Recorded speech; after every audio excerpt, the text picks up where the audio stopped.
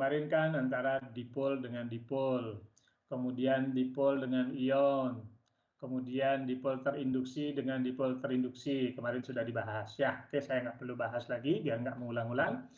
Oke, sekarang kemarin juga ini ikatan hidrogen juga sudah dibahas ya, ikatan hidrogen. Oke, jadi ikatan hidrogen seperti kita ketahui nggak mengulang saja, yaitu suatu ikatan antara atom H dengan atom-atom yang memiliki keelektronegatifan yang sangat tinggi, yaitu ada 3, yaitu N, O, dan F. Ya, oke. Sebagai contoh, misalkan ini, yaitu air dengan molekul air, oke, di mana ikatan yang terjadi antara H yang berikatan dengan oksigen, oke, dia akan membentuk ikatan hidrogen dengan oksigen molekul lainnya, kira-kira itu ya. Kalau kita perhatikan ini warnanya warna merah, kelihatan deh?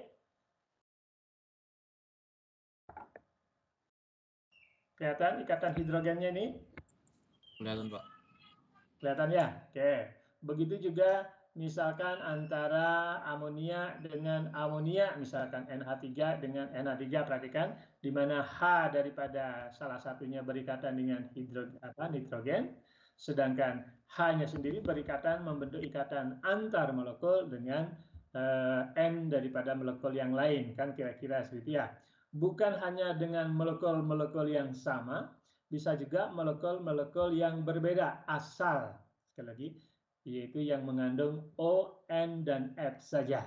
Contohnya misalkan amonia dengan asam fluorida misalkan.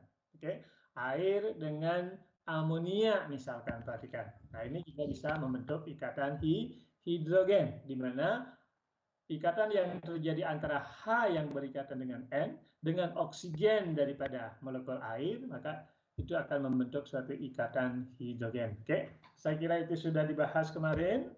Ya, jadi secara singkat adalah seperti itu. Oke. Jadi A dan B itu harus mengandung yaitu atom-atom yang memiliki keelektronegatifan yang sangat tinggi. Hanya ada 3, tidak ada yang lain ya, yaitu nitrogen, oksigen, dan fluor. Oke, saya kira sudah bahas kemarin. Nah, apa yang terjadi kalau suatu molekul memiliki ikatan hidrogen? Jadi apa yang terjadi kalau di antara molekul-molekul tersebut memiliki ikatan hidrogen? Kemarin kita juga sudah dibahas. Oke, perhatikan. Ini adalah salah satu akibat adanya ikatan hidrogen. Perhatikan, kan H2O memiliki ikatan hidrogen, asam fluorida, antar asam fluorida juga memiliki ikatan hidrogen, NH3 juga, dan seterusnya. Nah, perhatikan di sini. Oke. Kalau CH4 sendiri ya, tidak memiliki ikatan hidrogen kan ya? Oke, karena tidak ada atom-atom NOF yang berikatan dengan hidrogen. Oke, sehingga di sini tidak ada ikatan hidrogen. Namun molekul yang lain semakin ke kanan, perhatikan ini. Oke, semakin ke kanan, perhatikan. Nah, ternyata di sini memiliki ikatan hidrogen. Nah, apa yang terjadi kalau molekulnya itu dari atas ke bawah dalam susunan berkala?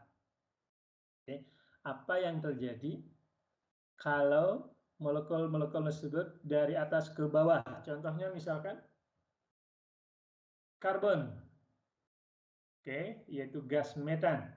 Kemudian silikon, oke, H4 dan seterusnya. Ini kan makin ke bawah, perhatikan.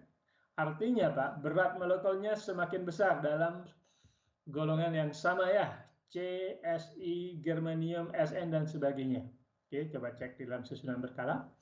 Semakin besar atom-atom pusatnya, kalau kita perhatikan di sini, maka titik didih maupun titik leleh juga akan semakin tinggi. Ya, oke.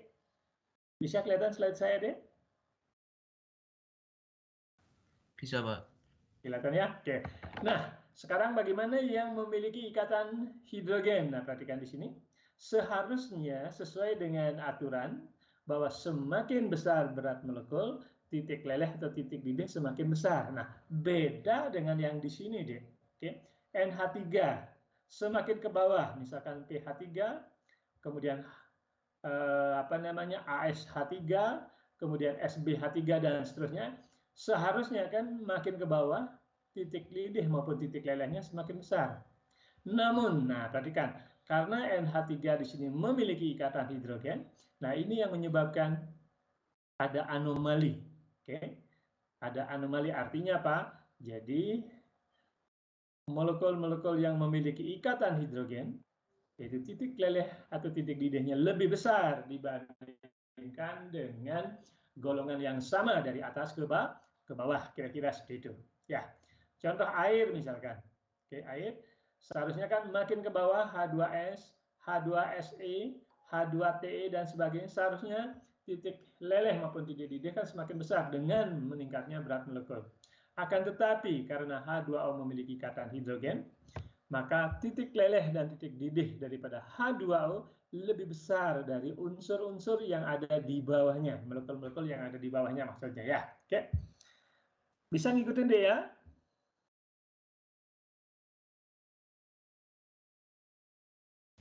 Bisa, Pak. Bisa ya? Oke. Jadi, sekali lagi, kenapa dengan adanya ikatan hidrogen, titik didih maupun titik leleh lebih besar? Ya jelas. Dengan adanya ikatan hidrogen, maka untuk memutuskan interaksi tersebut supaya lebih bebas, maka diperlukan energi yang lebih besar. Kalau energinya lebih besar, tentu titik leleh maupun titik didihnya bisa lebih besar. Kira-kira seperti itu. Oke. Kita lanjut. Nah, perhatikan ini. Ya, sama persis dia. Oke, biasanya dengan meningkatnya berat molekul, sekali lagi, titik didih atau titik leleh biasanya meningkat. Nah, khusus yang memiliki ikatan hidrogen akan berbeda. Oke. Sehingga ikatan hidrogen yang memiliki ikatan molekul-molekul yang memiliki ikatan hidrogen ternyata titik leleh ataupun titik didihnya akan lebih besar. Oke, saya kira nggak masalah. Oke, nah perhatikan ini. Oke, jadi ada yang paling atas, namun setelah ke bawah menjadi secara garis besar menurun, kemudian meningkat kembali. Oke, kenapa paling besar? Karena adanya ikatan hidrogen. Oke, kemudian berikutnya kita kaitkan dengan sifat-sifat daripada cairan. Oke, ada yang dikenal sebagai tegangan permukaan. Oke, apa itu tegangan permukaan? Oke, yang dimaksud dengan tegangan permukaan adalah besarnya energi yang diperlukan untuk menarik daripada lapisan ini, untuk menarik lapisan ini per satuan luas. Saya ulang sekali lagi, banyaknya energi yang diperlukan untuk menarik permukaan daripada cairan, kira-kira situ, per satuan luas. Nah, itu yang dikenal sebagai tegangan permukaan. Jadi, tegangan permukaan bisa dinyatakan sebagai yaitu banyaknya energi yang diperlukan per satuan luas. Oke. Jadi satuannya apa di sini? Pasti satuannya itu joule per meter persegi. Bisa juga yaitu gaya yang diperlukan untuk menarik daripada cairan ini untuk melawan daripada gaya tarikan ke atas. Oke, per satuan panjang. Makanya bisa juga tegangan permukaan dinyatakan sebagai gaya per satuan panjang atau dikenal sebagai Newton per meter. Oke, sekarang lagi. Tegangan permukaan adalah jumlah atau energi yang diperlukan untuk menarik atau meningkatkan tarikan cairan ini per satuan luas. Sekali per satuan luas. Oke, kalau kaitannya energi. Kalau gaya adalah per satuan panjang. Oke, bisa ngikutin deh.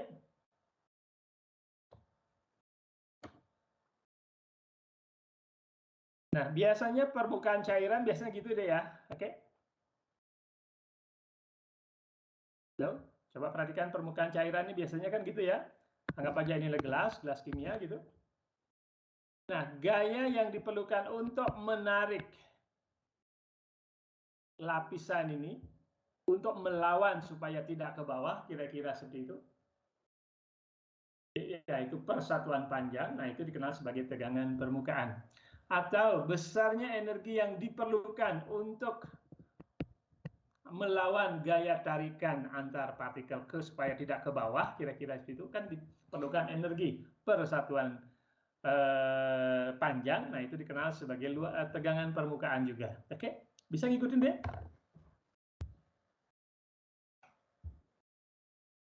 Halo? Bisa, Pak. Saya. Nah, perhatikan di sini, di dalam kaitannya gelas kimia. Tegangan permukaan gaya tarikan ke kiri, ke kanan sama. Ke atas juga sama, ke bawah juga sama. Artinya apa? Nah, artinya ini pasti seimbang, kan ya? Oke. Beda dengan yang di permukaan. Perhatikan ini. Beda dengan di permukaan. Kalau permukaan berarti ada lapisan antara lapisan uap dengan cairannya, kan ya? Oke. Ada lapisan uap dan ada cairannya. Nah, kalau cari cairan berarti kan partikel cairan. Nah, gaya tarikan ke bawah ini pasti lebih besar dibandingkan dengan ke atas. Kalau ke atas kan uapnya kan ya, otomatis gaya tarikannya kan lebih kecil. Oke. Akibatnya apa? Akibatnya bentuk daripada permukaan, ya bentuk dari permukaan cairan menjadi seperti itu deh. Oke. Kenapa seperti itu? Karena ada tegangan permukaan daripada cairan. Ya, oke. Nah, sekarang, jadi tadi definisi tegangan permukaan sudah, bisa saja energi yang diperlukan untuk melawan tarikan cairan, jadi gaya antar cairan peras, atau gaya yang diperlukan untuk melawan gaya tarikan ke bawah oleh partikel, kan kira-kira itu ya, kaitannya dengan di sini, persatuan panjang ya sama saja. Oke. Nah, kemudian apa yang menentukan kaitannya dengan tegangan permukaan di sini? Ya, tentu berkaitan dengan gaya antar molekul. Perhatikan, gaya antar molekul. Kalau gaya antar molekulnya itu besar, kira-kira tegangan permukaan itu kira-kira bagaimana, Dek?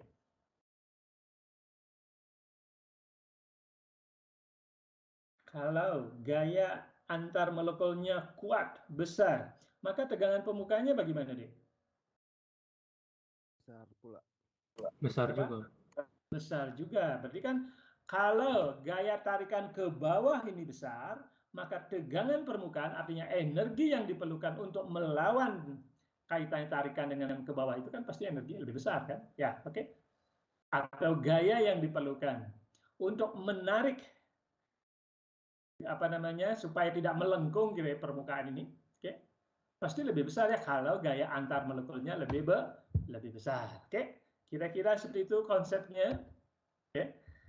Nah, tegangan permukaan akan semakin tinggi kalau gaya antar molekulnya semakin kuat, kira-kira gitu kan ya. Oke. Jadi kalau antar molekulnya ini kuat, misalkan otomatis energi yang diperlukan untuk melawan tarikan ke bawah itu pasti lebih besar, kira-kira seperti itu. Oke, saya kira nggak bermasalah kaitannya dengan tegangan permukaan. Oke, nah ini ada dua akibat berkaitan dengan gaya antar molekul. Oke. Ada yang dikenal sebagai kohesi, ya. Ada yang dikenal sebagai adesi. Jadi sekali lagi, akibat adanya tegangan permukaan di dalam suatu cairan, maka ada dua kemungkinan yang terjadi, yaitu ada istilah kohesi dan adesi. Kohesi apa, Dek? Apa yang maksud dengan kohesi?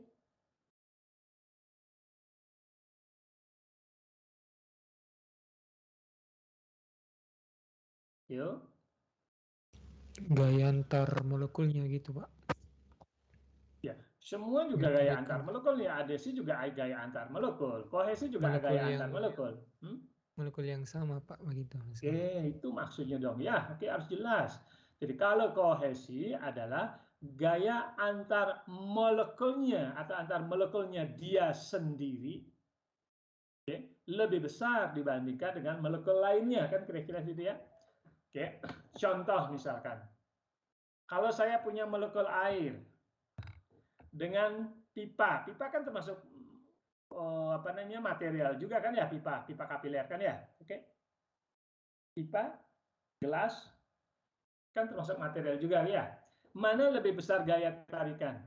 Air dengan air atau air dengan pipa, deh?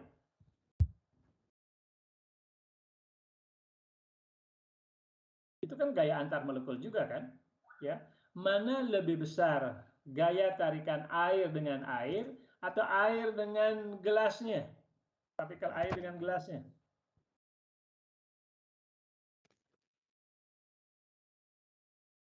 Air dengan gelas ya, Pak? Oke, air dengan gelas yang lebih besar, oke, dibandingkan dengan air dengan airnya. Maka ini dikenal sebagai adesi, perhatikan. Oke. Jadi kalau gaya tarikan antar molekulnya sendiri kurang dibandingkan dengan molekul lain, contohnya di sini air dengan pipa kapiler, oke, artinya apa?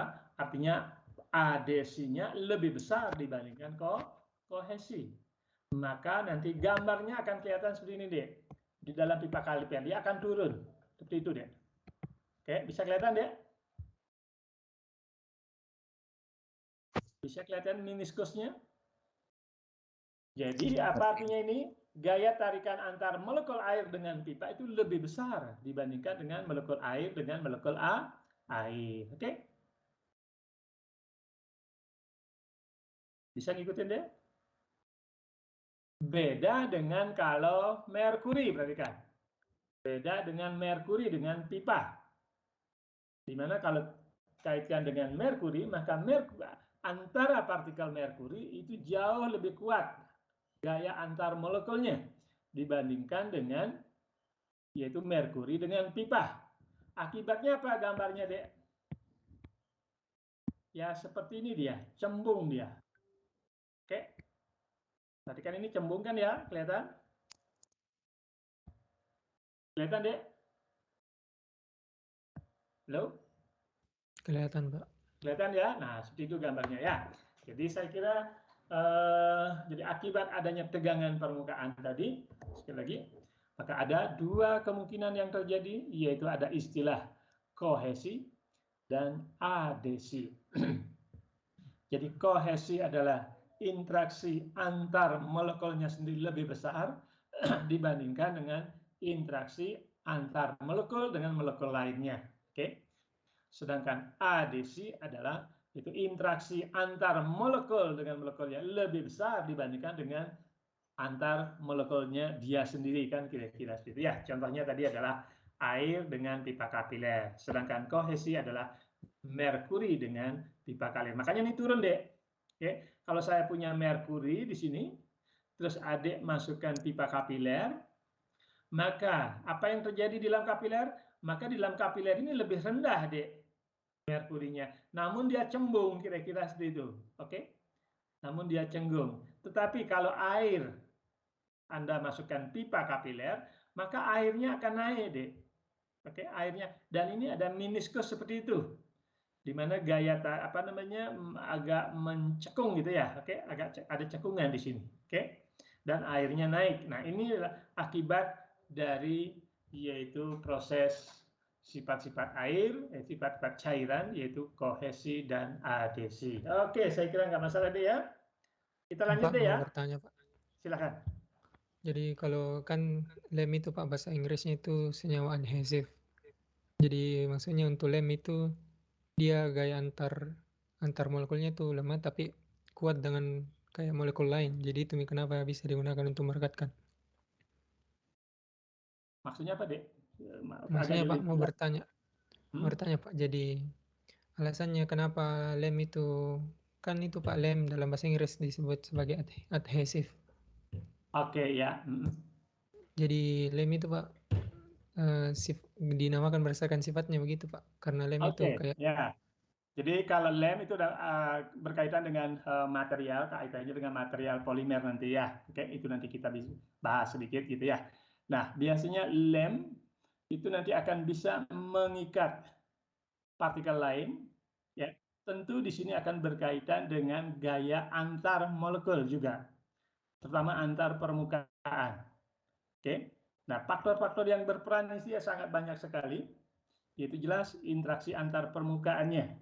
Seperti kita ketahui, kalau ada polar dengan polar, pasti jauh lebih kuat dibandingkan dengan polar dengan non-polar, malah akan tidak terjadi interaksi, oke? Itu nanti akan berperan besar sekali. Itu makanya ada adesif, ya. Jadi interaksi antara partikel dengan molekul lainnya akan menjadi lebih kuat. Kenapa lebih kuat? Karena perhatikan di sini ada faktor kaitannya dengan kepolaran daripada zat-zat. Kalau nanti lemnya bersifat polar, yang digunakan, maka nanti akan mudah mengikat suatu bahan yang bersifat polar. Kira-kira seperti itu deh prinsipnya. Oke? Oh ya Pak, makasih Pak. Ya, prinsipnya seperti itu dasarnya. Makanya di sini ada adesif. Makanya adesif itu adalah interaksi antar molekul yang lain lebih kuat dibandingkan dengan molekulnya dia sendiri, kan makanya ada adesif namanya. Itu dari istilah adesi sebenarnya ya. Oke. Nah, konsepnya adalah seperti itu. Kalau ada molekul polar, pasti interaksinya akan jauh lebih kuat dengan molekul polar dibandingkan dengan molekul non polar. Oke. Nah, tergantung juga bukan hanya itu saja, permukaan juga bergantung. Kehalusan permukaan juga bergantung, ya, kehalusan, morfologi dan sebagainya. Ya, oke. Jadi sifat adesif itu banyak sekali faktornya. Oke. Itu nanti akan berkaitan dengan mudah tidaknya cepat menguap dan sebagainya. Biasanya kan ada pelarutnya dan sebagainya, sehingga dia harus cepat mengental, harus cepat membentuk padatan kira-kira itu dengan permukaan daripada yang dilapisi. Oke. Oke, saya lanjut deh ya lagi ya. Iya Pak. Oke, adesi perhatikan di sana ya, agak melengkung ke bawah. Itu karena interaksi antara molekul dengan molekul lain itu jauh lebih besar dibandingkan dengan molekulnya dia sendiri ya. Oke. Sehingga kalau nanti contohnya yang paling gampang adalah air dengan pipa kapiler. Contoh yang lainnya adalah kohesi. Ya, kohesi ya jelas misalkan merkuri di sini ya. Merkuri, kalau adik ketemu merkuri jatuh itu, dia pasti akan menggelinding kan ya. Oke, menggelinding membentuk bola. Kenapa? Karena antar partikel merkuri dengan partikel itu tarik menarik lebih kuat dibandingkan dengan yaitu merkuri dengan mejanya misalkan atau lantainya misalkan, kira-kira itu. Sedangkan air akan cepat menghilang. Oke, itu karena kenapa? Yaitu karena interaksi antar permukaan dengan airnya sendiri itu akan besar sekali gitu ya. Suatu saat nanti akan hilang kira-kira seperti itu. Oke, saya kira nggak masalah. Nah, ini berikutnya adalah viskositas. Oke, viskositas adalah yaitu kaitannya dengan laju alir daripada suatu cairan. Semakin besar gaya gesekan biasanya, berarti laju alirnya kan semakin lemah. Sehingga dalam hal ini viskositasnya semakin besar. Kira-kira seperti itu deh. Jadi viskositas itu adalah yaitu suatu alat ukur berkaitan dengan ketahanan alir daripada suatu cairan. Semakin besar ketahanannya, artinya gesekannya lebih besar, berarti viskositasnya semakin besar. Kalau semakin lambat mengalirnya, kira-kira gitu ya, berarti viskositasnya semakin besar. Oke, bisa ngikutin deh ya apa yang dimaksud dengan viskositas? Iya, Pak. Oke. Nah, apa saja yang berperan kaitannya dengan viskositas? Jelas tadi pasti interaksi antar molekul di sini ya. Oke, interaksi antar molekul. Kalau interaksi antar molekulnya kuat, kira-kira situ, apalagi dengan wadahnya sangat kuat, gitu ya, otomatis gerakan daripada cairan akan lambat. Sekali lagi, kalau gaya antar molekulnya nanti akan besar, apakah antar molekul dengan dinding wadah, misalkan, itu gesekannya sangat besar, maka dapat dikatakan viskositasnya tinggi. Oke. Pertama, gaya antar molekul. Yang kedua, kaitannya dengan berat molekul. Biasanya kalau berat molekulnya semakin besar, dia semakin susah untuk bergerak. Oke, nah itu yang menyebabkan viskositas artinya tinggi. Kemudian rapat massa. Oke, rapat massa juga sangat berperan sini. Semakin rapat ya, semakin susah bergerak. Artinya ketahanan untuk mengalir juga semakin susah. Akibatnya apa? Viskositas juga semakin tinggi. Kira-kira seperti itu. Ya. Oke. Konsentrasi saat terlarut. Kalau dia untuk larutan ya, konsentrasi saat terlarut ya jelas konsentrasi juga sangat berperan ya. Oke, biasanya berat molekul, utama sih berat molekul sebenarnya. Oke, artinya konsentrasi berukuran dengan ya kerapatan kan ya. Kalau kerapatan cairan semakin besar, ya viskositas juga akan semakin besar. Nah, kalau suhu sebaliknya. Kalau suhu semakin tinggi, apa yang terjadi? Interaksi antar molekulnya semakin bagaimana, Dek? Cepat. Interaksi atau gaya antar molekul semakin lemah kan ya? Benar nggak? Jadi gaya antar molekulnya semakin lemah kalau suhunya dinaikkan. Akibatnya apa? Nah, gerakan partikel semakin cepat. Dan hal ini berarti apa? Viskositas akan menurun. Kira-kira seperti itu deh ya. Oke. Jadi konsepnya sini ada faktor-faktor yang mempengaruhi viskositas, ya jelas gaya antar molekul. Oke. Kemudian suhu, ya suhu pasti kebalikannya. Kemudian konsentrasi saat terlarut, yaitu kaitannya dengan kerapatan nanti. Berat molekul, ya jelas kalau molekulnya besar sekali biasanya agak susah bergerak, sehingga viskositas juga akan semakin besar. Rapat massa, ya kaitannya dengan konsentrasi juga. Oke. Tekanan juga kaitannya dengan konsentrasi juga ya, apalagi berupa gas ya. Oke. Kalau misalkan tekanannya tinggi, artinya kerapatannya sangat-sangat tinggi. Oke, otomatis viskositas juga akan semakin tinggi, kira-kira seperti itu. Nah, gaya antar molekul apa saja yang mempengaruhi antar molekul? Apa, Dek? Yaitu kepolarannya itu sendiri kan ya, Dek? Oke. Halo? Gaya antar molekul, yaitu yang sangat berperan sekali adalah yaitu kepolaran. Oke. Jadi biasanya molekul-molekul polar pasti berinteraksi sangat kuat dengan molekul-molekul yang bersifat polar, kan kira-kira seperti itu ya.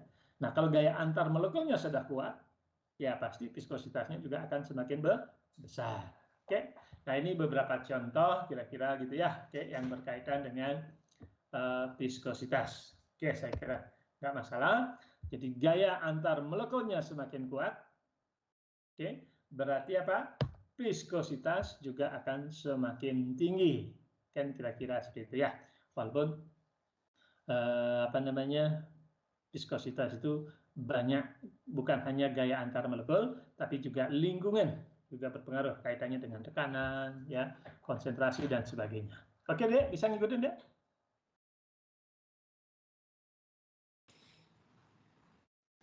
Bisa, Pak. Bisa ya? Oke. Ini saya berikan yang penting-pentingnya ya. Oke, penting-pentingnya yang berkaitan dengan apa akibat dengan adanya gaya antar molekul, kira-kira seperti itulah ya. Tadi kan sudah tegangan permukaan, kemudian viskositas. Nah, ini kaitannya dengan air. Oke. Kalau air pada saat bentuk padatan, oke, air biasanya membentuk padatan pada suhu berapa, Dek? 0 Benar-benar derajat padat Celcius. gitu. 0, Pak. Yang paling padat pada suhu berapa, Dek? Paling rapat lah. 0. 4 derajat, Pak. Oke, kalau titik leleh memang 0 ya. Oke. Titik leleh daripada es, air, ya artinya transisinya itu 0 derajat Celcius. Nah, kerapatan yang paling besar, perhatikan ini, kerapatan yang paling besar itu ada pada suhu 4 derajat Celcius. Oke, 4 derajat Celcius, perhatikan. Nah, kalau suhunya turun dari 4 derajat Celcius, dia kerapatannya turun lagi. Oke, kerapatannya turun lagi. Nah, ini salah satu contoh kenapa di bawah salju ada air. Oke. Kalau salju itu kan suhunya ya antara 0 sampai 4 gitu, itu yang paling tinggi kan ya, 0 derajat Celcius, sehingga dia air berupa padatan. Namun pada suhu di bawah daripada 0 derajat, dia akan mencair, deh. Makanya di bawah salju, di bawah terutama daerah-daerah subtropis, itu nanti di bawah salju itu udah air, ya, karena suhunya lebih rendah. Makanya dia berada dalam keadaan cair. Oke. Begitu juga sebaliknya, pada suhu lebih besar daripada 4 derajat, dia akan mencair lagi semakin tinggi dan sebagainya lah, ya. Oke. Makanya di sini ada istilah yaitu uniknya air, ya, di mana pada suhu 4 derajat dia bisa membentuk apa yang dikenal sebagai struktur heksagonal. Pernah dengar struktur heksagonal, ya?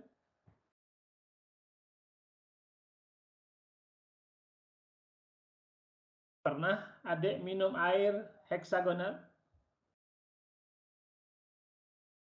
Pernah dengar air strukturnya heksagonal? Saya kurang. Saya belum sore. Baru dengar, Pak. Maksudnya gampang Pak S atau gimana? Oke, perhatikan. Kalau ada orang mau bilang bahwa airnya ini strukturnya heksagonal, oke? Kalau air dalam keadaan cair, perhatikan, nggak mungkin dia strukturnya heksagonal, oke? Yang heksagonal tentu harus dalam bentuk padatan. Oke, nah ini adalah struktur daripada air, deh, di mana interaksinya paling kuat. Oke, padatannya membentuk kristal, makanya kristalnya heksagonal. Kalau ada bilang nanti ada jual aqua dengan struktur heksagonal, itu udah pasti adik dibohongi, ya, oke? Karena kan berperan untuk obat ini, obat itu, dan sebagainya misalkan. Ya, jadi kalau air berada dalam keadaan cair, nggak ada struktur heksagonal, ya. Oke, yang ada adalah dalam bentuk es. Maksud es pada suhu yang normalnya yang paling rapat itu pada suhu 4 derajat Celcius. Oke, yaitu struktur 3D-nya adalah seperti inilah, ya. Oke, makanya ini bentuknya seperti heksagonal kan, ya. Oke, kira-kira seperti itu. Di mana yang warna merah adalah oksigen, sedangkan yang putih adalah hidrogennya, ya. Oke, nah ini kaitannya dengan ada ikatan hidrogen, perhatikan. Ada ikatan hidrogen satu dengan yang lainnya. Kalau sudah bentuk padatan, ikatan hidrogen itu sangat kuat. Oke, sangat kuat. Beda dengan cairan. Cairan sudah mulai lemah kan, ya, kira-kira. Apalagi uap kan, kira-kira seperti itu, ya. Oke, nah ini paling tinggi kerapatan maksimumnya 4 derajat Celcius. Oke. Semakin rendah suhunya atau semakin tinggi dari 4 derajat, dia sudah mulai kerapatannya menurun. Kalau kerapatan menurun artinya bisa saja mencair. Nah, ini sebagai contoh, deh, kenapa di bawah salju, deh, ya, ini, ya. Itu di bawahnya itu ada air. Ya, karena kenapa? Suhunya bisa lebih rendah daripada 4 derajat, sehingga ini kerapatannya menjadi lebih rendah, sehingga bisa membentuk air. Oke, Dea, bisa ngikutin, Dea? Iya, Pak. Oke, nah ini makanya sering dikenal sebagai uniknya sifat daripada air, ya, kira-kira itu. Nah, yang penting kenapa, ya, saya juga nggak tahu. Kayak yang penting bahwa kerapatan daripada air, oke, itu membentuk nanti seperti ini heksagonal, yaitu pada saat itulah kerapatnya paling tinggi, kira-kira segitulah. Yaitu suhunya berapa? Yaitu pada 4 derajat Celcius, kira-kira segitulah, ya. Walaupun dibilang pada satu atmosfer titik leleh daripada air itu kira-kira 0 derajat Celcius. Oke, walaupun pada 0 derajat Celcius kerapatan daripada air sudah mulai berkurang, kira-kira seperti itu. Oke, nah kita sekarang meninjak ke padatan kristal. Ada pertanyaan, Dek, sebelum saya lanjut ke padatan kristal?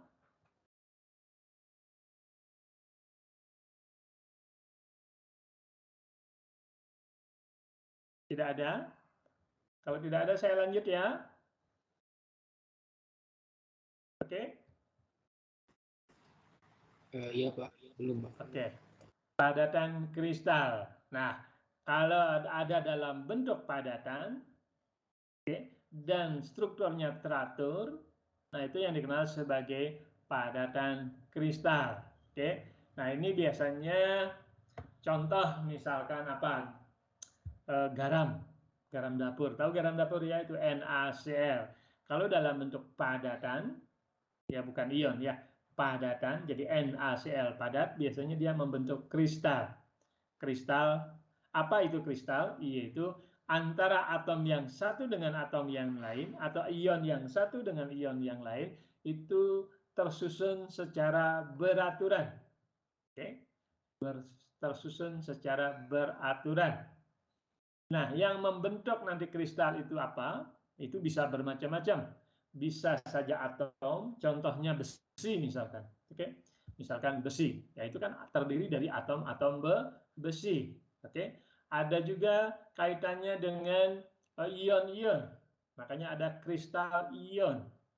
Ada juga molekul-molekul yang lain, misalkan intan misalkan. Oke, itu juga kristal kan deh ya, intan yang harganya mahal itu ya, itu kan sebenarnya karbon ya, yang tersusun sangat teratur. Nah, itu boleh dikatakan kristal molekul. Oke. Nah, posisinya ada di mana? Nah, perhatikan ini. Kalau lihat dari 3 dimensi, nah perhatikan ini 3 dimensi ya, bisa saja bentuknya seperti segi 4. Ada juga bentuknya seperti apa ya, tetragonal, heksagonal, dan sebagainya lah ya. Oke. Nah, perhatikan di sini titik-titik yang di pojok ini itu bisa berupa atom, bisa berupa ion, bisa juga berupa molekul. Oke. Sedangkan titik ini biasanya dikenal sebagai kisi. Nah, apa itu kisi? Nah, ini. Ya. Jadi, oke, di dalam padatan ada 2 jenis. Ada padatan kristal dan ada padatan amorf. Oke. Bagaimana cara membentuk padatan amorf, Dik? Apa itu padatan amorf? Itu padatan yang tersusun atom-atomnya atau molekulnya atau ion-ionnya tidak teratur, kan kira-kira seperti itu ya, sebaliknya kan, yang tidak teratur. Bisa atomnya tidak teratur susunannya, bisa molekulnya, bisa juga ionnya dan sebagainya. Nah, contoh misalkan kalau saya ingin membuat garam NaCl, ini kan garam NaCl, biasanya garam NaCl kalau di nah, bagaimana membuat supaya teratur atau tidak teratur deh garam NaCl? Bisa nggak? Siapa yang bisa? Yo.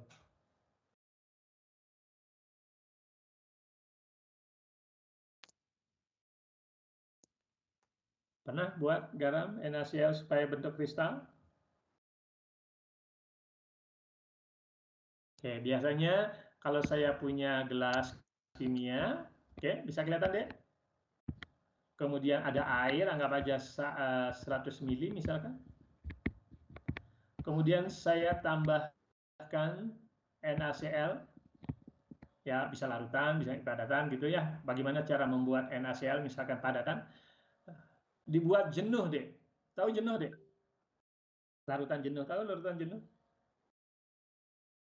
Yang tidak larut lagi, Pak. Oke, yaitu jumlah maksimum dari NaCl dapat larut kan ke dalam suatu pelarut tertentu dan suhu tertentu kan kira-kira situ ya. Itu dikenal sebagai larutan jenuh, yaitu jumlah maksimum zat yang bisa larut dalam pelarut tertentu, jumlahnya juga tertentu, suhunya tertentu. Nah, itu dikenal sebagai larutan jenuh. Oke. Nah, kemudian larutan jenuhnya itu dibiarkan atau didinginkan pelan-pelan. Oke, sekali lagi didinginkan pelan-pelan. Apa yang terjadi? Nah, ini nanti akan mengkristal deh, mengendap. Oke, akan mengkristal dan mengendap. Oke, nah kristal dan airnya nanti dipisah, maka membentuklah kristal NaCl. Oke, kalau mau bentuk kristal. Kalau kristal padat, kristal amorf bagaimana? Padatan amorf bagaimana? Nah, saya punya larutan jenuh. Oke, kemudian didinginkan secara mendadak. Sekali lagi, didinginkan secara mendadak. Kenapa secara mendadak? Apa yang terbentuk di sini?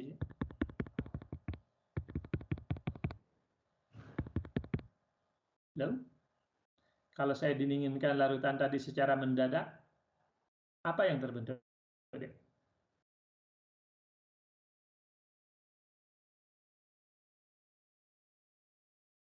Jadi ion-ion di sini nanti tidak akan teratur. Jadi tidak punya kesempatan untuk mengatur dirinya supaya menjadi teratur.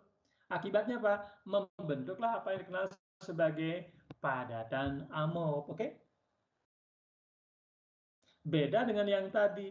Kalau saya tadi larutan jenuhnya itu didinginkan pelan-pelan gitu ya. Oke, pelan-pelan didinginkan. Nah, ada kesempatan ion-ionnya bisa mengatur dirinya. Oke? Sehingga karena dia bisa ada kesempatan ya, membentuklah apa yang dikenal sebagai padatan kristal. Oke? Kira-kira itu salah satulah bagaimana cara membentuk padatan kristal dan padatan amor. Nah, nanti kalau ada adik di mesin FTND gitu ya, berkaitan dengan membuat itu akan banyak itu. Nanti akan berkaitan dengan bagaimana membuat atau padatan alloy ya, campuran alloy yang membentuk padatan kristal atau mungkin padatan yang tidak teratur ya, ada padatan yang amorf kan ya. Oke, itu banyak sekali nanti. Oke, saya kira nggak masalah itu. Saya lanjut. Nah, ada yang dikenal sebagai unit cell. Oke, unit cell. Nah, perhatikan ini dikenal sebagai unit cell deh. Yaitu struktur atau unit struktur atau pengulangan unit struktur daripada bagian padatan kristal. Nah, kalau ini misalkan padatan kristal yang terdiri dari banyak unit sel atau dikenal sebagai sel unit lah kira-kira seperti itu ya. Oke. Nah, di dalam kristal itu ada banyak sel-sel unit. Oke. Nah, gabungan dari itu bisa membentuk suatu padatan kristal kira-kira seperti itu. Nah, sel unitnya terdiri dari apa? Nah, terdiri dari nanti ada yang dikenal sebagai bidang-bidang. Oke. Ada bidang datar, oke, sesuai dengan sumbu kartesius nanti ya. Oke. Membentuk suatu titik. Nah, ini kan nanti bidang-bidang. Oke. Nah, ada yang dikenal sebagai titik kisi. Oke. Nah, perhatikan ini titik kisi. Titik kisi itu bisa nanti berupa atom yang membentuknya. Oke. Bisa berupa ion. Bisa berupa molekul. Tergantung daripada padatan kristal yang terbentuk. Karena nanti kita mengenal yaitu kristal daripada atom, misalkan kristal besi, kristal perak, dan sebagainya. Ada kristal garam, yaitu ion nanti, oke, contohnya NaCl tadi. Ada juga kristal molekul, tadi adalah intan misalkan, ya grafit dan sebagainya ya. Oke, nah ada sekali lagi titik kisi ini adalah suatu titik imajiner yang nanti membentuk suatu sel unit kira-kira seperti itu. Oke. Sel unit adalah bagian terkecil daripada suatu struktur kristal. Sekali lagi, sel unit adalah bagian terkecil daripada unit daripada suatu kristal. Oke, makanya gabungan daripada sel unit ini nanti akan bisa membentuk apa yang dikenal sebagai padatan kristal. Bisa ngikutin deh?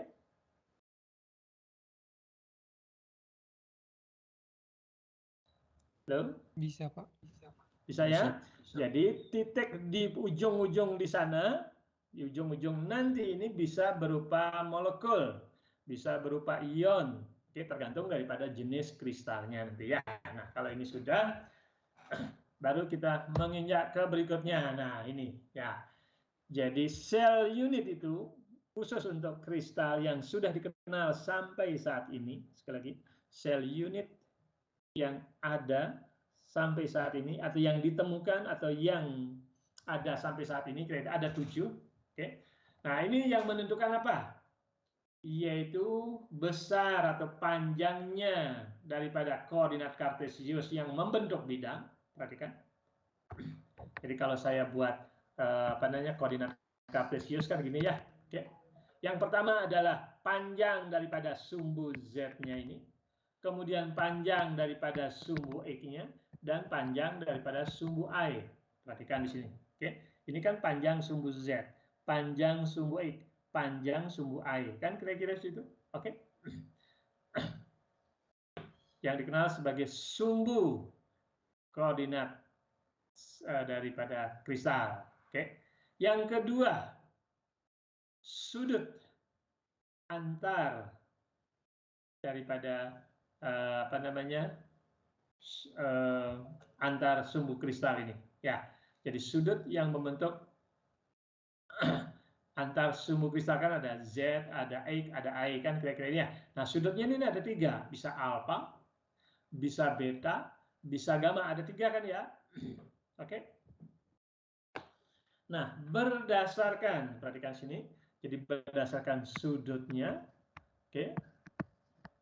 Perhatikan, berdasarkan sudut dan panjang rusuk, ini kan panjang rusuk nanti ya, oke, berkaitan dengan sumbu koordinat, maka ada yang kenal sebagai kubus sederhana. Perhatikan deh, kubus sederhana, panjang daripada A, B, C, itu sesuai dengan koordinat kartesiusnya sama panjangnya, oke. Jadi panjang sesuai dengan arah, apakah X, Y, dan Z, sumbu kartesiusnya sama panjangnya. Oke. Kemudian sudutnya di sini sama, yaitu 90 derajat, tegak lurus artinya ya, maka dikenal sebagai kubus sederhana. Oke, bisa ngikutin deh? Itu dulu, yang paling gampang. Bapak. Kurang keras? Bisa ya?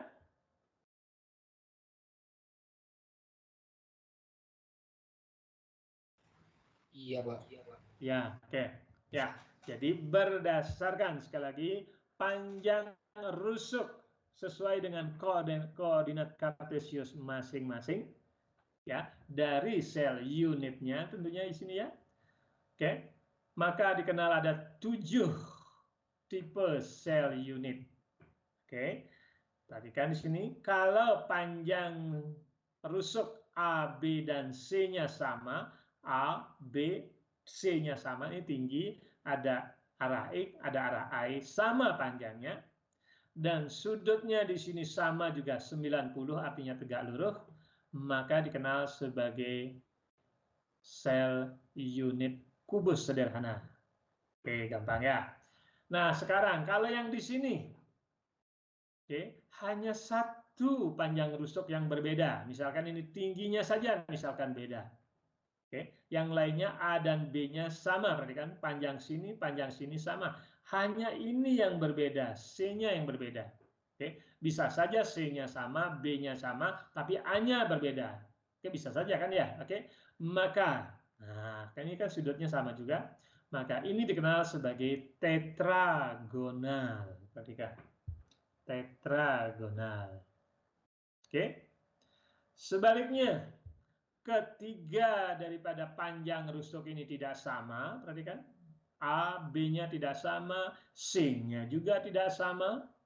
Oke. Sedangkan sudutnya sama tegak lurus, 90 derajat berarti.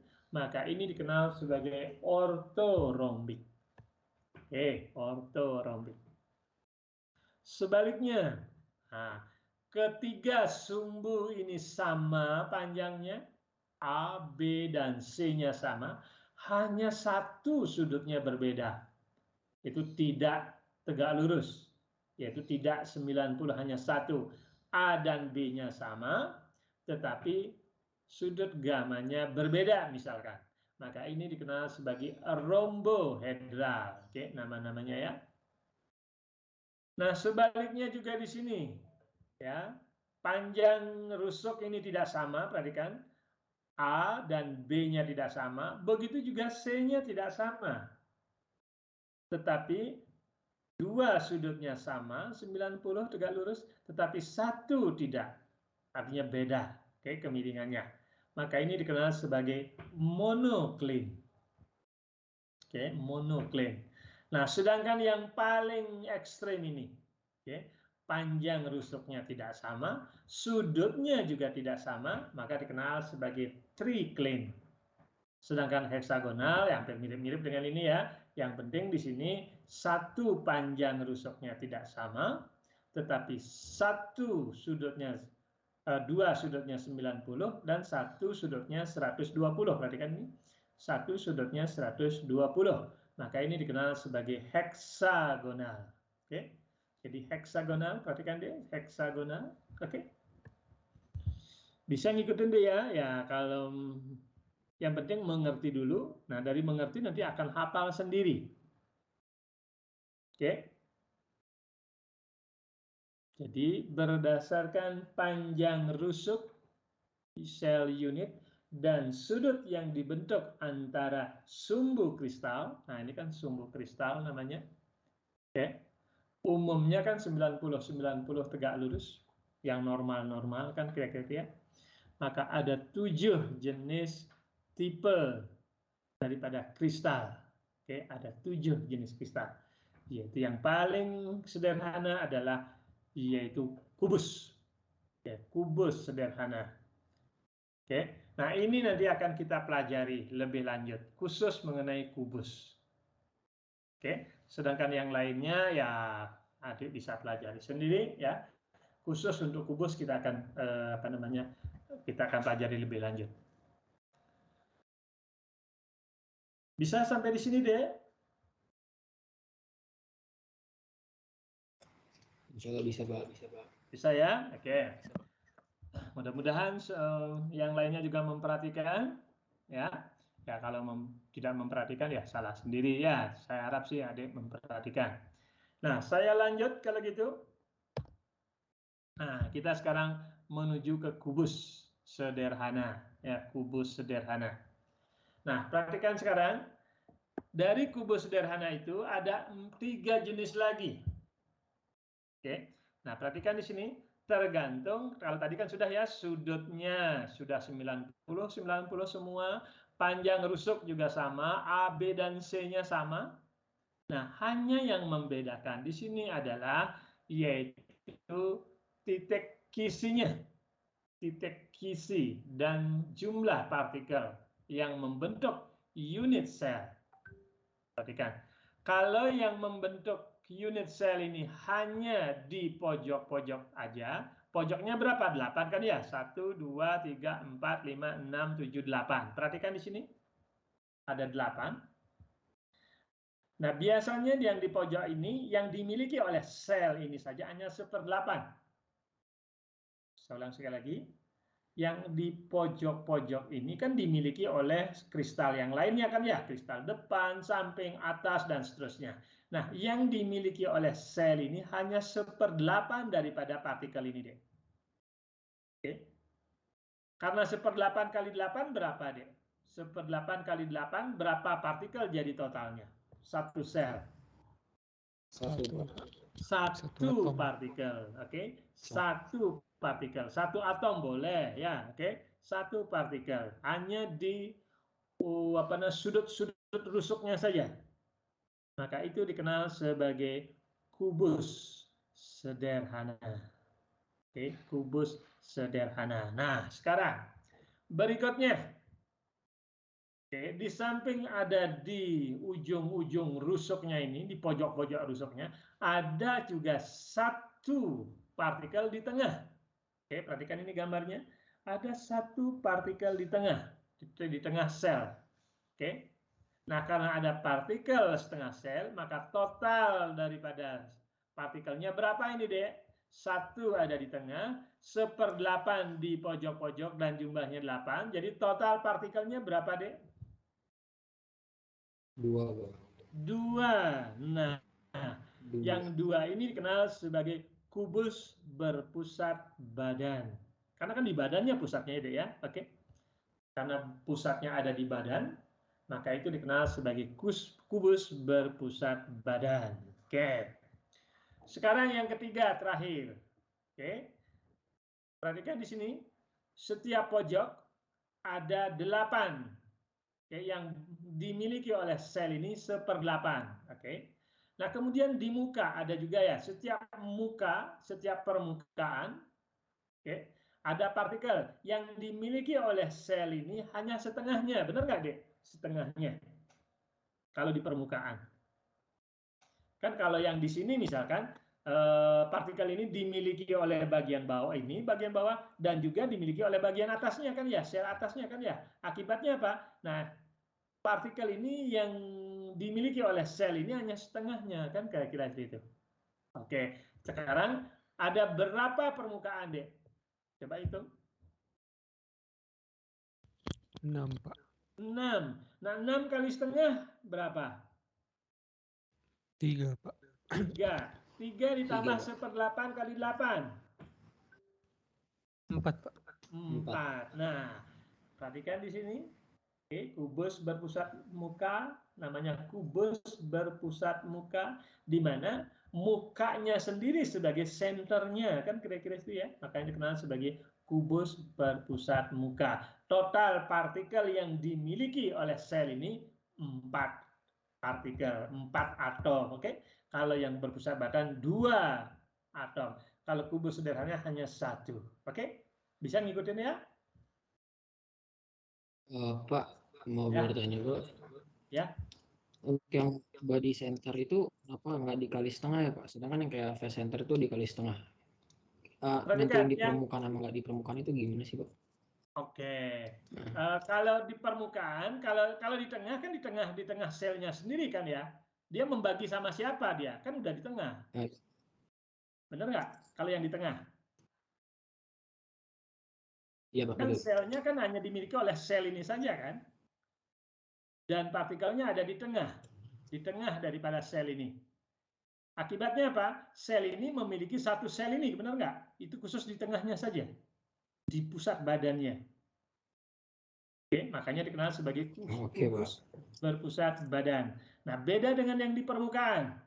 Kalau permukaan daripada ini, sel ini, kan permukaan ini, partikelnya ini dimiliki oleh sel ini, benar? Dan dimiliki oleh sel yang di atasnya, benar? Atau yang permukaan di sini, oke? Di mana partikel ini dimiliki oleh sel ini, dan juga sel yang di sebelahnya, benar ya? Kalau ada sel lagi kan ya, oke? Iya, Pak. Begitu juga yang di belakang. Nah, akibatnya apa? Satu partikel ini dimiliki hanya setengahnya oleh sel ini kan kira-kira situ ya. Oke. Nah, karena di sini ada 6 permukaan dan masing-masing adalah setengah sel, maka 6 kali setengah berarti 3 yang di permukaan. Oke. Dan 1 buah di 1/8 kali 8 di ujung di pojok-pojoknya, makanya di sini ada 4 partikel, 4 atom khusus untuk kubus berpusat muka. Oke. Nah, kita mengenal 3 jenis kubus. Kubus sederhana, kubus berpusat badan, dan kubus berpusat muka. Oke, sampai di sini dulu. Bisa ngikutin ya? Oke, Pak. Makasih. Oke. Kita lanjut kalau gitu ya. Oke, lanjut. Nah, perhatikan di sini. Pengaturan kaitannya dengan kubus sederhana. Perhatikan ini, Dek, 3 dimensinya. Oke, perhatikan 3 dimensinya ini. Berarti jarak dari ujung ke ujung ini dikenal sebagai panjang rusuk, Dek. Oke. Yang biasanya dikenal sebagai A, panjang rusuk. Oke, begitu juga di sini. Nah, panjang rusuk itu sama dengan 2 jari-jari, benar nggak, Dek? Jari-jari atom, benar? Bisa kelihatan ini saya, coret-coret saya. Panjang ini itu kan sama dengan 2 jari-jari atom, benar? Benar, Pak. Benar, Pak. Betul, Pak. Oke, nah sekarang, oke, nah ini yang namanya kubus sederhana, oke, kubus sederhana, oke. Sedangkan kubus berpusat badan, perhatikan, oke, perhatikan ini badannya ada di tengah kan ya. Jadi panjangnya, nah panjang dari ujung ke ujung sini, oke, di badan ya, diagonal badan. Bisa bayangin diagonal badan deh. diagonal dalam Pak maksudnya. Iya, dia badannya kan diagonal Oh iya. dalamnya badan. Oke. Nah, panjangnya itu kira-kira berapa jari-jari atom deh? 4R Pak. 4R. Oke, 4R itu sama dengan panjang diagonal kan ya? Oke, itu maksudnya. Itu dulu. Kalau tadi kubus berpusat muka, perhatikan.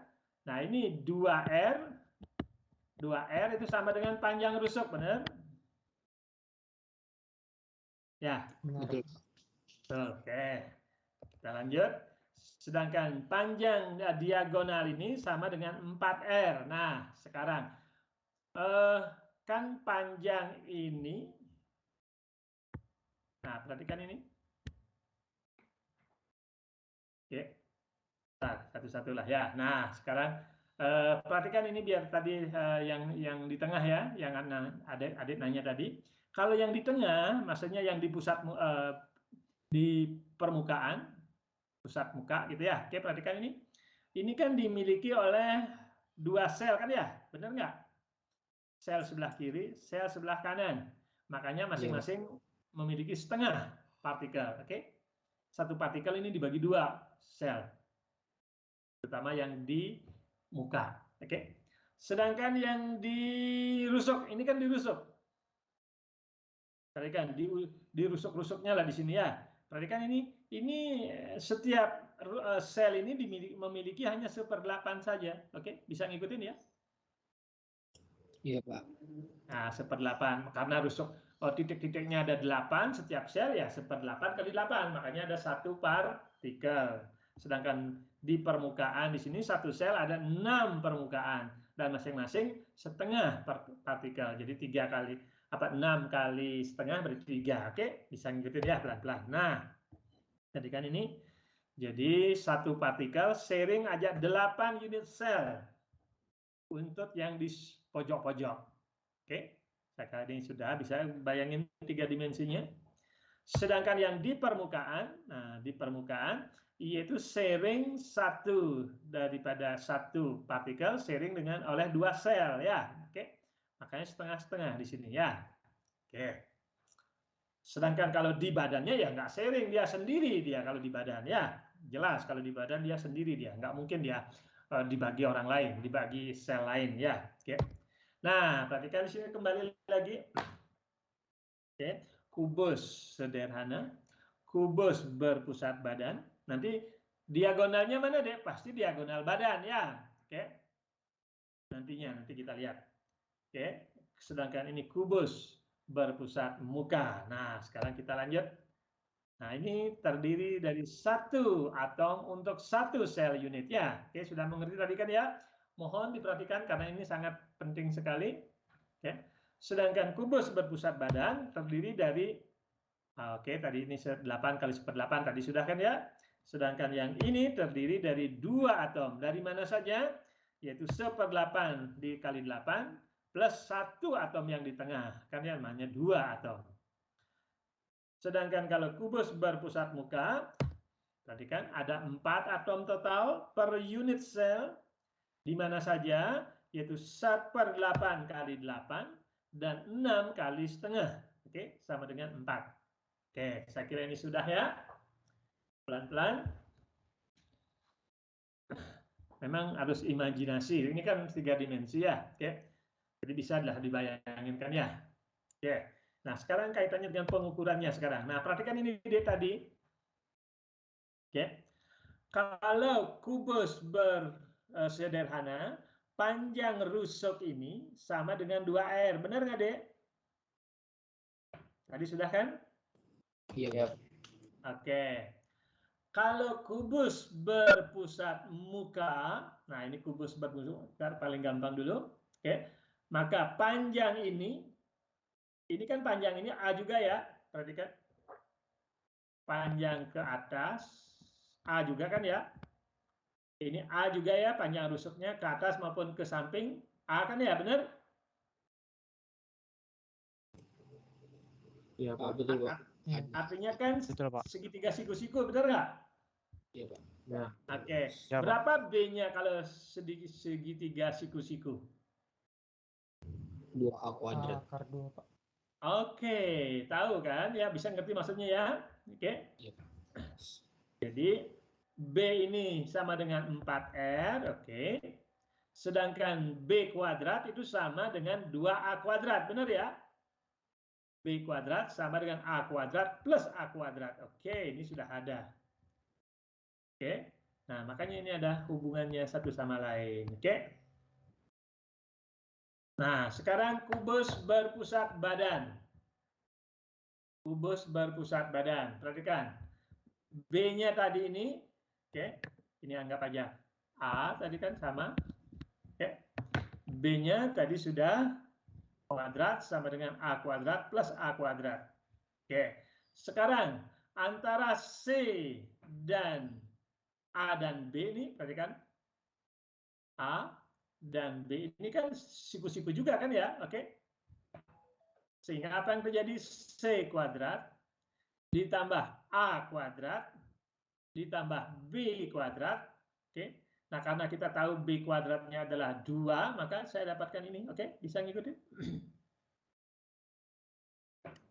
Bisa bayangin ya? Ini dia gak kayak diagonal ruang. Ya, ini diagonal badan, diagonal ruang, oke? Diagonal badan atau diagonal ruang. Kalau ini kan beda ya, diagonal muka. Kalau ini dia C-nya itu diagonal ruang atau diagonal badan, sama saja kan ya, oke? Iya, Pak. Sedangkan C-nya sendiri ini panjangnya adalah 4R, benar nggak?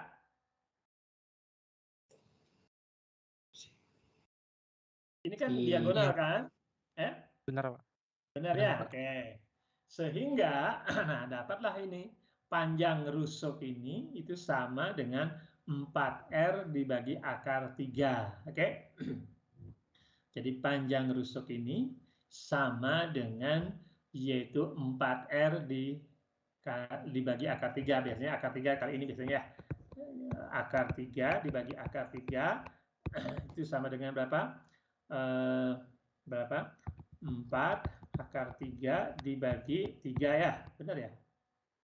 Akar 3 dikali akar 3 kan 3 kan ya? Oke? Iya, Pak. 4. Benar ya? Betul, Pak. Oke. Nah, sekarang kita sudah tahu yang mengisi bola daripada sederhana hanya 1. Sedangkan kubus berpusat badan ada 2. Kemudian kubus berpusat muka ada 4 atom. Nah, secara logika, yang mana rapat masanya paling besar? Kira-kira. Yang 4, yang V, yang muka, Pak. Yang muka, oke, FCC, oke, Iya, Pak. yaitu kubus berpusat muka, jelas ya, isinya 4 atom kan, oke, sedangkan kalau badan hanya 2, sedangkan sederhana kan hanya 1, oke. Nah, sekarang berapa persentase partikel yang mengisi sel ini? Berapa persentase partikel yang mengisi kubus masing-masing? Bisa ngitung nggak deh? Persentase yang mengisi partikel, yang mengisi setiap sel ini, persentase kan sama dengan volume partikel dibagi dengan volume sel, benar nggak? Sel unit kali 100 Benar, Pak. persen. Oke, volume partikel berapa? 4/3 pi R quad pangkat 3, Pak. Volume bola. Oke, jadi karena ada 1 partikel, benar ya? 1 partikel berarti 4/3 pi R pangkat 3, benar? Untuk 1 partikel, 1 bola, anggap aja bola ya. Oke. Kemudian dibagi volume sel. Volume sel itu sama dengan berapa? A pangkat 3 ya. Benar, A pangkat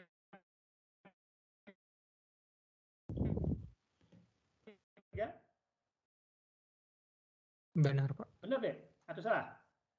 Benar, Pak. Oke, atau 2R pangkat 3, oke? Benar ya? Nah, sekarang berapa persentasenya deh? Coba hitung. Karena dengan menghitung sendiri akan ingat seterusnya. Kali 100%. Berapa, Dek?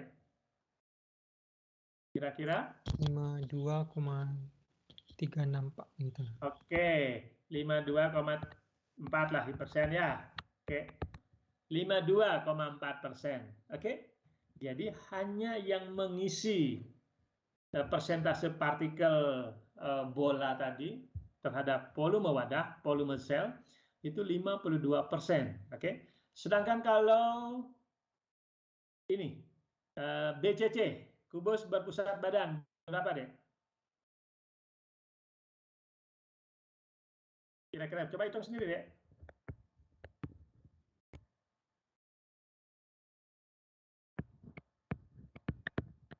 Benar nggak? Kalau kubus berpusat badan kira-kira 68%. Sedangkan kubus berpusat muka 74%. Benar nggak? Coba.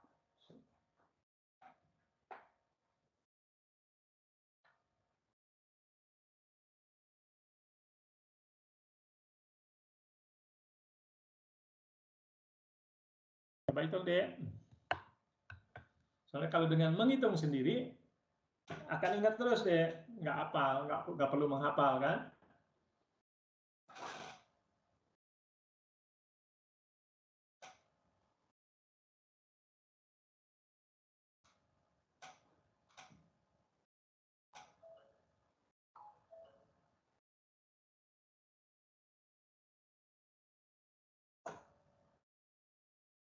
Yang BCC Pak 68 dan FCC 74. Ya Pak. BCC berapa? 68 Pak. Oke, 68% ya. Yang penting ada bisa ngitungnya dong ya. Oke. Nah, ini kaitannya dengan panjang rusuk terhadap jari-jari bola dan jumlah bola, kan ya jumlah partikel ya. Oke. Kalau FCC berapa? 74 Pak. Oke, benar 74 ya. Oke, berarti saya masih ingat berarti ya. Nggak perlu menghitung. Nah, adik harus menghitung biar nggak lupa ya. Oke, cara ngitungnya bagaimana. Oke. Ada yang belum mengerti cara menghitung ini? Jadi persentase partikel mengisi unit sel. Sekali lagi cara ngitungnya sudah kan ya. Itu volume partikel total di dalam satu sel dibagi dengan volume sel kali 100%. Ya. Nanti juga menghitung rapat massa juga seperti itu nanti ya, kaitannya dengan rapat massa. Yaitu massa partikel total dibagi dengan volume sel. Nanti ada kaitannya dengan rapat massa. Pak mau bertanya Ya. untuk persen tadi Pak. Kan volume Ya. partikel total itu yang C itu yang A itu ya Pak, yang A. Nilai A. Volume sel itu A pangkat 3. Kan yang sel kan? 4R Ya. seperti gitu. Kalau volume partikel total tuh yang Kalau mana? volume partikel kan sama dengan volume bola kan? Oh iya, oke Pak. Makasih Pak. Ya. Kalau sederhana berapa jumlah bolanya, partikelnya?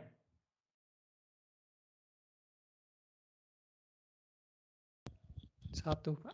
1. Oke, itu aja. Kalau kubus berpusat badan, berapa jumlah partikelnya? 2 Pak. 2 kan, 2 kali volume bola kan ya. Volume partikel kan jari-jari partikelnya tahu kan? Ya. Oke. Sedangkan Oke. kalau volume sel tinggal A pangkat 3. Oke, panjang rusuk pangkat 3. Begitu juga yang sel berpusat muka. Ya, oke. Bisa ngikutin semua? Ini pelan-pelan, soalnya kalau ujian ini sering keluar yang seperti ini biasanya. Oke.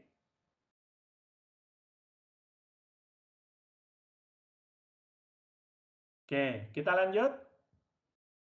Ini sudah, ya. Nah, sekarang bila silver perak mengkristal membentuk kubus berpusat apa ini? Muka. Oke, kubus berpusat muka. Jika panjang rusuk, oke, panjang rusuk sel satuan itu 409 pikometer. Hitung rapat massa daripada silver, Dek. Oke, saya kasih waktu 5 menit, Dek.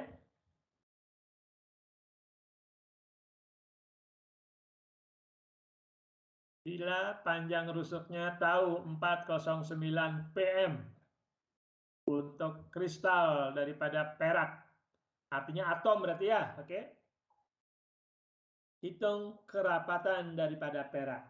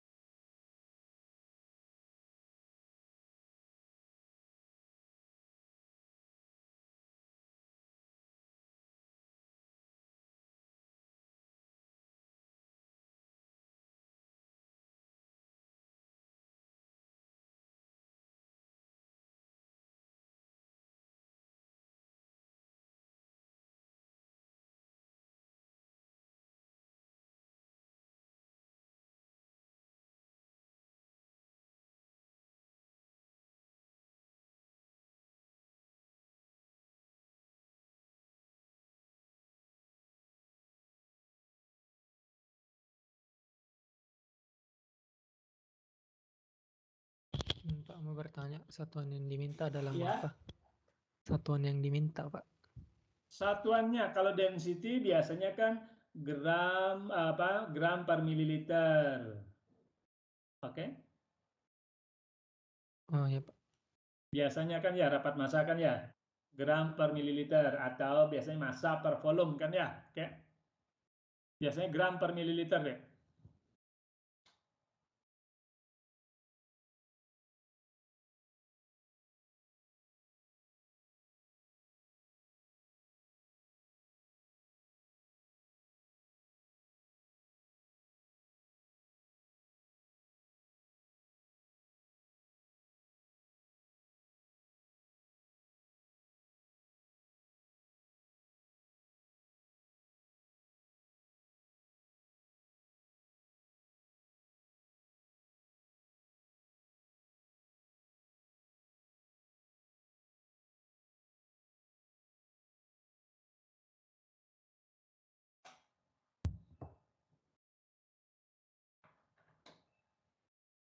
Kalau mencari rapat massa apa dibagi apa dulu?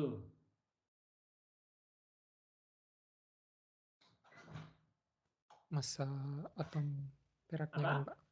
Massa Massa? atom peraknya. Atom Oke. perak. Jadi massa dibagi volume. Oke, rapat Volume. massa. Oke, kalau mencari massa, caranya bagaimana? Itu kan atomnya dikasih tahu ya Pak. Artinya kan phase center. Berarti atomnya Oke, juga jumlah atom. jumlah atomnya. Kalau phase center itu 4 Pak, maaf. Jangan 4. dong, inget dong ya.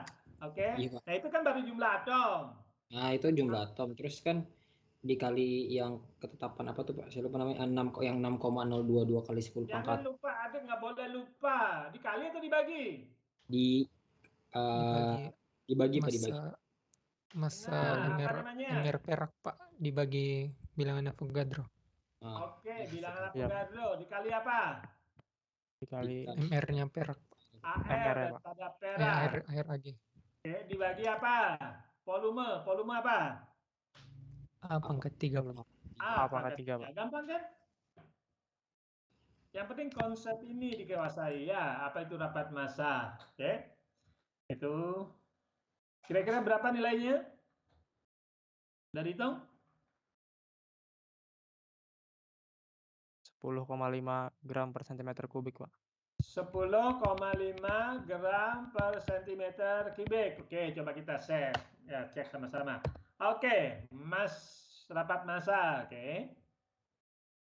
Kemudian massa. Oke, volumenya kita tahu, tinggal mengalihkan saja. Oke, tinggal kalau kita perhatikan di sini, apa namanya? Ya, benar ya. Oke, pangkat 3, A pangkat 3. Oke, jadi sentimeter. Saya nggak tahu, kok tinggal kalikan aja, cocok ya. Kemudian ada 4 atom dalam satu unit sel. Kalau khusus untuk kubus berpusat muka. Kemudian kita tahu jumlah molnya. Tadi ada 4 atom. Jumlah molnya kita tahu. Oke, perhatikan. Nah, sekarang kaitannya dengan apa namanya? Atomnya tahu, kemudian molnya kita tahu. Nah, kita bisa mencari massa. Nah, tinggal dihapus-hapuskan ya. Oke, atom, ya, tinggal masukkan rumus, persamaan, satuan. Nah, tinggal massanya sudah tahu. Oke, jadi rapat massa sama dengan tinggal mengklik-klik saja. Oke, nilainya sama dengan 10,5 gram per centimeter kubik. Benar ya?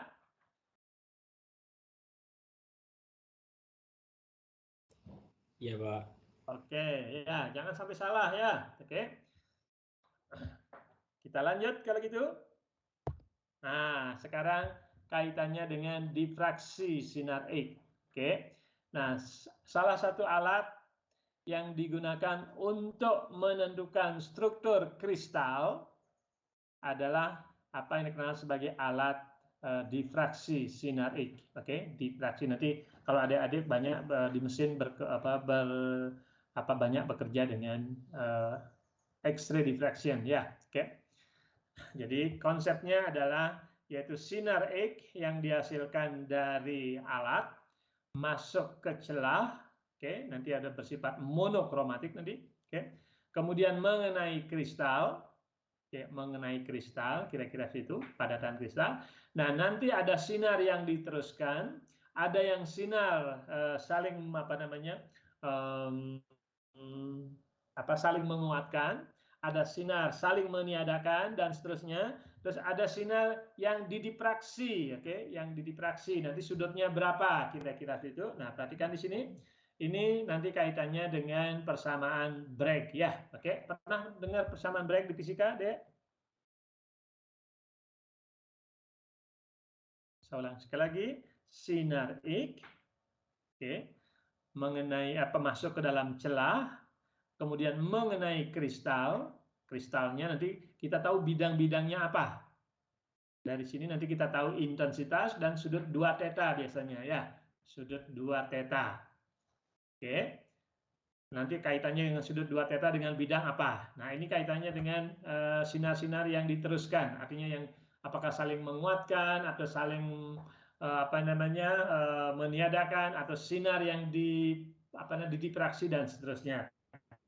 Nah, sesuai dengan, nah ini perhatikan, sinar yang datang mengenai kristal, deh, ini bisa kelihatan slide saya deh.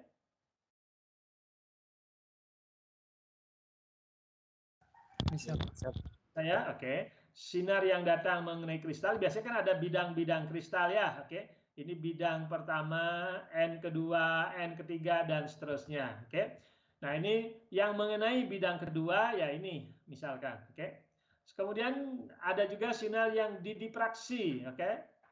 Didipraksi, perhatikan ini. Nah, perhatikan ini. Kalau sudut datangnya adalah theta di sini. Sudut datangnya theta. Sedangkan jarak daripada antara bidang 1 dengan bidang 2 adalah D, anggap aja ini N sama dengan 1, ini N sama dengan 2, oke, bidang 2, dan seterusnya. Itu jarak ini adalah D, kira-kira situ. Kemudian sudut yang dibentuk oleh sinar datang adalah theta, maka sudut ini pasti sama dengan sudut yang didifraksikan ya, oke, atau yang didipraksikan ya, kira-kira situ ya. Oke, nah perhatikan di sini kalau sudut ini theta, maka sudut ini juga theta ya. Oke, sudut ini juga theta. Nah sekarang ada sinar kedua mengenai kristal juga. Oke, bidang yang kedua. Oke, maka berapa perbedaan jarak yang ditempuh antara sinar yang pertama, ini sinar pertama, dengan sinar kedua. Oke. Berapa perbedaan jarak yang ditempuh antara sinar pertama dengan sinar kedua sehingga di sini saling menguatkan, kira-kira seperti itu. Sehingga di sini nanti akan sama-sama menguatkan. Jadi nanti akan terdeteksi di layar, kira-kira seperti itu. Nanti intensitasnya berapa, sudutnya berapa. Oke? Nah, bagaimana persamaannya? Berapa perbedaannya, Dek, kira-kira? Antara sinar pertama dengan sinar kedua, jarak yang ditempuhnya, berapa perbedaannya? 2D sin theta kan, Pak? Sama dengan... Itu panjang ini kan ya, benar nggak? Iya, Pak. Panjang BC plus panjang CD, benar nggak? Iya, Pak. Nah, ini penting. Iya, Pak. Panjang BC plus CD, ini kan jarak yang ditempuh perbedaannya kan? Oke. Nah, kalau kita tahu panjang ini adalah D, maka panjang ini berapa? Adalah D sin theta, benar? Iya, Pak. D sin theta. Kalau dua jarak ini berarti berapa? 2D sin theta. Oke, 2D sin theta. Oke. Pokoknya dari mana ketemu persamaan itu ya. Sehingga nanti akan diperoleh jarak yang ditempuh, yaitu perbedaan jarak yang ditempuh antara sinar datang pertama dengan sinar datang kedua adalah sebesar BC plus CD. Oke. BC plus CD itu sama dengan, perhatikan ini sama panjangnya ya. Oke. Yaitu 2D sin theta. Oke. 2D sin theta. D itu adalah jarak antar bidang kristal. Kan? D itu adalah jarak antar bidang kristal. Oke. Nah, kalau saling menguatkan, maka di sini akan terjadilah itu sama dengan panjang gelombangnya sendiri, Dek. Oke, panjang gelombang sinar X yang diberikan. Oke, sinar X yang jatuh ke dalam kristal. Sekali lagi, kalau saling menguatkan, artinya interferensinya antara sinar 1 dengan sinar 2 itu saling saling menguatkan, kira-kira itu, maka ini nanti akan sama dengan 2D sin theta. Dan ini nanti akan sama dengan bilangan bulat kali panjang gelombang daripada sinar X. Oke? Bisa ngikutin? Nah, persamaan ini dikenal sebagai persamaan Bragg. Oke? Persamaan Bragg. Oke. Saya kira nggak masalah. Nah, DHKL ini, nah ini jarak antar bidang. Oke? Jarak antar bidang biasanya dikenal sebagai DHKL. HKL ini berkaitan dengan panjang rusuk tadi, ABC itu tadi, Dek. Halo? HKL-nya itu sama dengan nanti panjang rusuk daripada di dalam koordinat kartesius tadi. Namun khusus untuk TPB, kita belum diajarkan cara penulisan daripada bidang-bidang kristal. Oke, penulisan bidang kristal itu ada dikenal sebagai HKL. Oke, nah untuk sementara saya pikir khusus untuk kimia dasar, penulisan bidang HKL-nya itu belum diajarkan. Oke, gitu ya. Jangan kalau ada pertanyaan nanti ribet lagi. Ya, apa itu HKL dan sebagainya. Pokoknya terima saja dulu ya. Yang penting jarak antar bidang. Oke? Bisa deh? Bisa, Pak. Oke. Kita lanjut kalau gitu kalau sudah. Nah, saya punya soal di sini. Oke. Sinar X dengan panjang gelombang 0,154 nanometer difraksi dari suatu kristal dengan sudut 14,17 derajat Celcius. Oke. Bila diasumsikan N-nya adalah sama dengan 1, berapa jarak antar bidang kristal? Berapa jarak antar bidang kristal dalam satuan PM, pikometer?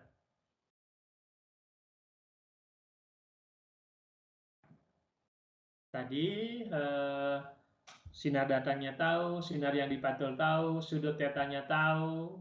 Nah, setelah itu adik sudah mengenal persamaan break. Ya, oke, persamaan break. Oke, berapa adik kira-kira dia? Ya, D-nya berapa? Jarak antar bidang kristal berapa?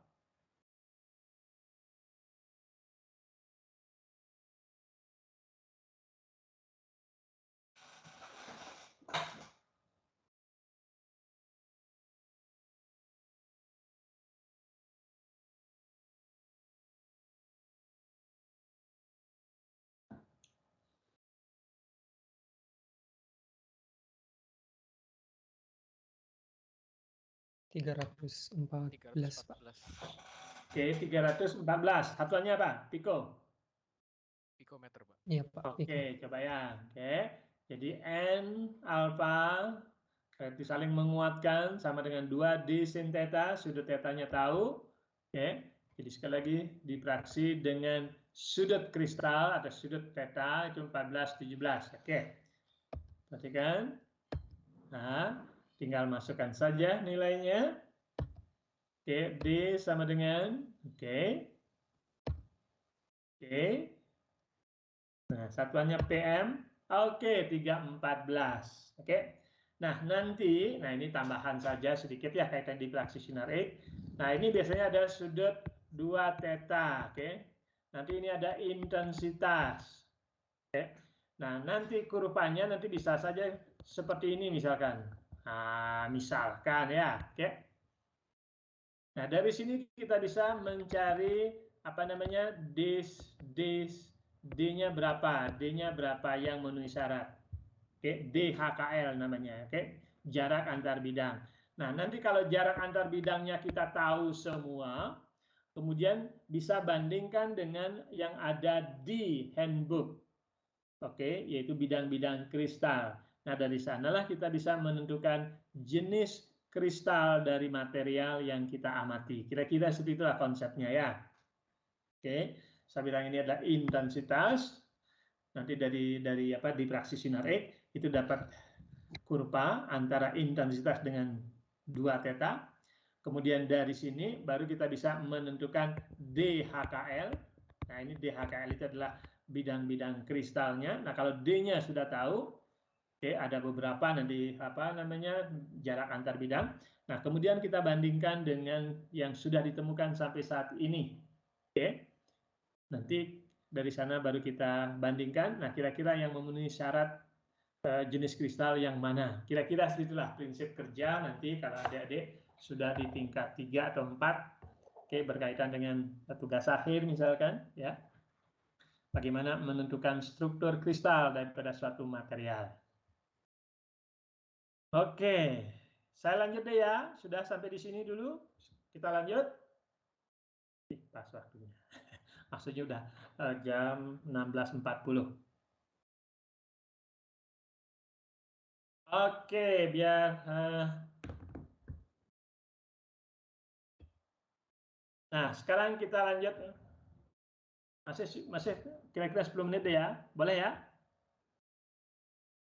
Kita lanjut ke kristal, jenis-jenis kristal sekarang. Jenis kristal ionik. Nah, kristal ion Perhatikan ini kalau kristal ion pasti ikatannya ikatan ion ya Dek ya. Perhatikan. Ion. Contohnya adalah ada tiga jenis yang maksudnya yang mengikuti aturan CSCl, SNS dan CaF2. Oke. Jadi yang yang diberi contoh ini kristal ion itu ada 3. Nanti mengikuti CSCl atau mengikuti SNS atau mengikuti CaF2. Nah, perhatikan di sini. Kalau CSCl kira-kira kubusnya kubus bagaimana Dek ini, Dek?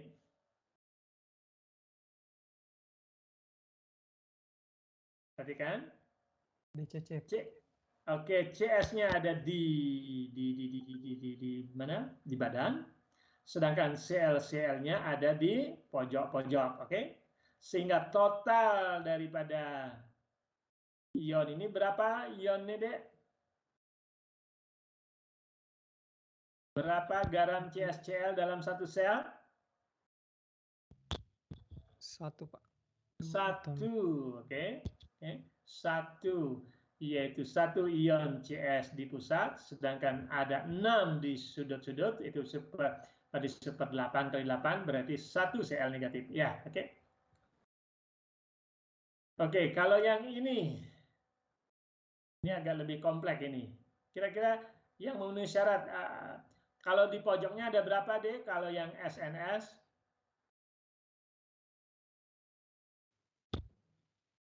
1, Pak. 1, oke. Ini ada di muka juga kan ya? Ya, ada di muka. 3, Pak. Oke, 3. Totalnya berapa jadinya untuk yang S saja? 4, Pak. 4. Kalau S-nya ada 4 di dalam satu sel, set N-nya kira-kira bagaimana? Berapa atomnya? Berapa ionnya?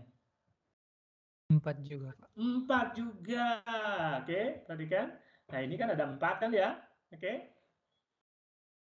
Ya, oke. Jadi yang penting yang kita hitung dulu yang kita bisa hitung.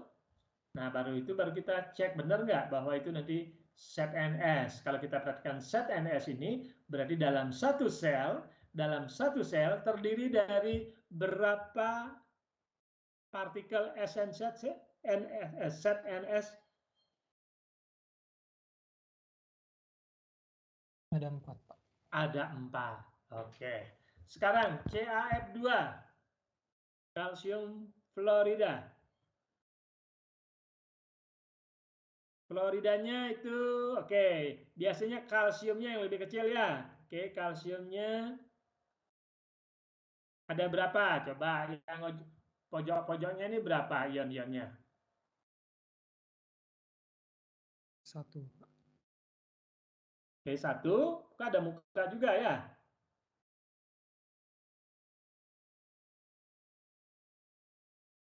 Mungkin, Pak, yang kecil-kecil ini F, Pak. Ya, yang kecil-kecil ini, yang kecil-kecil ya. F itu, Pak. Oke. Ada muka kan ya? Iya, Pak. Ada juga mukanya. Muka kan? Oke, ada di muka kan ya? Oke, jadi ada berapa kira-kira?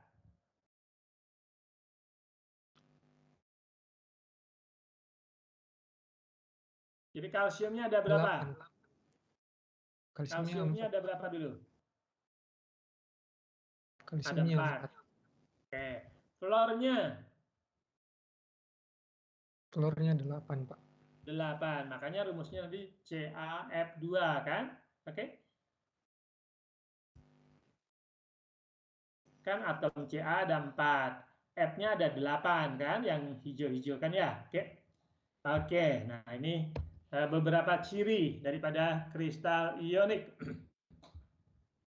Oke, yang pertama bahwa titik kisi pasti diisi oleh kation atau anion. Perhatikan. Oke. Jadi titik kisi yang namanya ion ya pasti diisi oleh kation atau anion. Kemudian berikatan. Nah, ikatan ion ikatan apa? Ya gaya elektrostatis, ya oke? Gaya Coulomb. Udah pasti kan ya, gaya Coulomb. Ini padatan semua kan ya. Berikutnya, nah sifatnya pasti keras. Oke, bersifat brittle bisa saja Nah, kalau ini sangat rapat, maka titik lelehnya juga sangat tinggi. Ya, oke, titik leleh. Oke, biasanya di atas 800-an, malah di atas ribuan malah ya, oke. Ini ciri-cirinya. Nah, ciri-ciri yang lain adalah yaitu hantaran listrik dan panasnya itu rendah. Kenapa rendah, Dek? Kalau garam, padatan garam,